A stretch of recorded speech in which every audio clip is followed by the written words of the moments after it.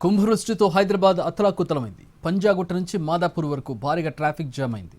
పంజాగుట్ట నుంచి పటాన్ చెరువు వరకు దాదాపుగా అన్ని ఏరియాల్లోనూ వాహనాలు రోడ్లపై నిలిచిపోయాయి. ప్రజాభవన్ వద్ద రోడ్డుపైకి నీరు చేరడంతో ట్రాఫిక్ తీవ్ర అంతరాయం ఏర్పడుతోంది. మలక్పేట్ ఫ్లైఓవర్ కింద భారీగా వరద నీరు చేరింది. లోతట్టు ప్రాంత వాసులు మ్యాన్హోల్స్కు దూరంగా ఉండాలని అధికారులు సూచిస్తున్నారు.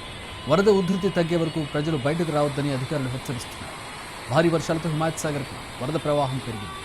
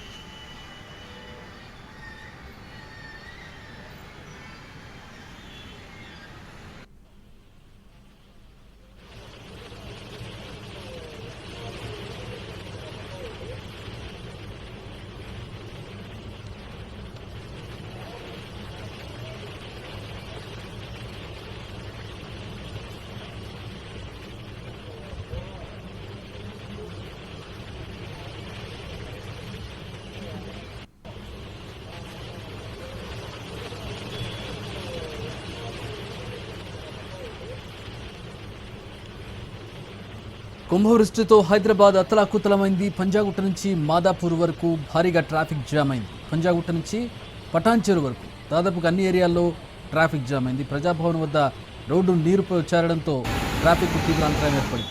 అటు మలక్పేట్ ఫ్లైఓవర్ కింద భారీగా వరద నీరు చేరింది. లోతట్టు ప్రాంత వాసులు మ్యాన్హోల్స్కు దూరంగా ఉండాలని అధికారులు సూచిస్తున్నారు. వరద ఉధృతి తగ్గే వరకు ప్రజలు బయటకు రావద్దని అధికారులు హెచ్చరిస్తున్నారు.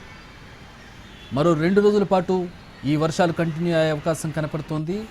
ఈ రోజు సాయంత్రం 6 గంటల సమయంలో ప్రారంభమైన భారీ వర్షం దాదాపు గంటన్నర పాటు నగరంలోని పలు ప్రాంతాలను ముంచెత్తినటువంటి పరిస్థితి. 10 సెంటీమీటర్లు 11 సెంటీమీటర్లు యావరేజ్ మీద అన్ని ప్రాంతాల్లో వర్షం దంచికొట్టినటువంటి పరిస్థితిని చూస్తూ ఉన్నాం.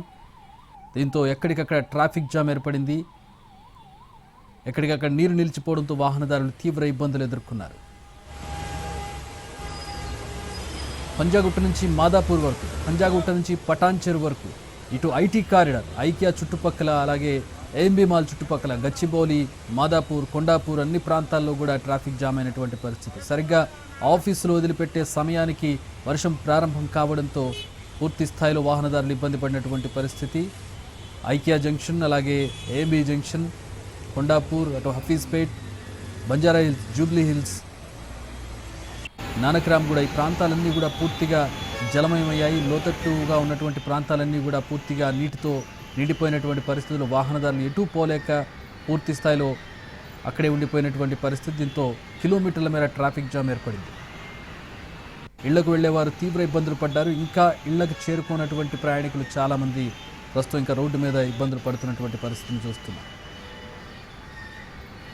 మరో 2 రోజులు ఇదే పరిస్థితి ఉండే అవకాశం ఉండడంతో వాతావరణ శాఖ హెచ్చరికలు జారీ చేయడంతో అధికారులను అప్రమత్తం చేసింది ప్రభుత్వం. సీఎం రేవంత్ రెడ్డి సమీక్ష చేశారు. విద్యుత్కు, ట్రాఫిక్కు అంతరాయం కలగకుండా చూడాలని, అన్ని డిపార్ట్మెంట్స్ అధికారులు అందుబాటులో ఉండాలని చెప్పి ఆయన ఆదేశాలు జారీ చేశారు. జీహెచ్ఎంసీ, హైడ్రా, పోలీసులు ఎప్పటికప్పుడు పరిస్థితిని సమీక్షించాలని సీఎం రేవంత్ ఆదేశాలు జారీ చేశారు.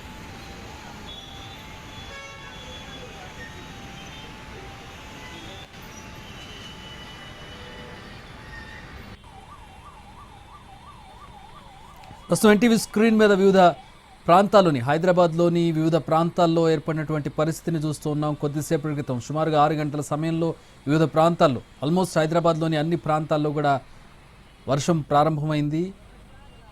అక్కడి నుంచి మొదలుపెట్టి సుమారు 8-8:30 వరకు భారీ వర్షం పడుతూనే ఉంది. ఆ తర్వాత కూడా నిలిచిపోయినటువంటి నీటిలో తీవ్రంగా ఇబ్బంది పడ్డారు వాహనదారులు.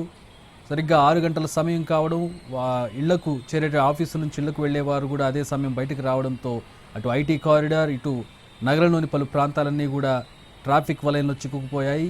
ప్రస్తుతం మనం కృష్ణానగర్లో పరిస్థితిని చూస్తూ ఉన్నాం. ఆ పక్కనే మలక్పేట, తర్వాత అమీర్పేట్, జీడిమెట్ల, సికింద్రాబాద్ ఓల్డ్ సిటీ, అంటే నగరం నలు చెరుగుల నుంచి కూడా పరిస్థితి ఒకే రకంగా కనబడుతోంది మనకి.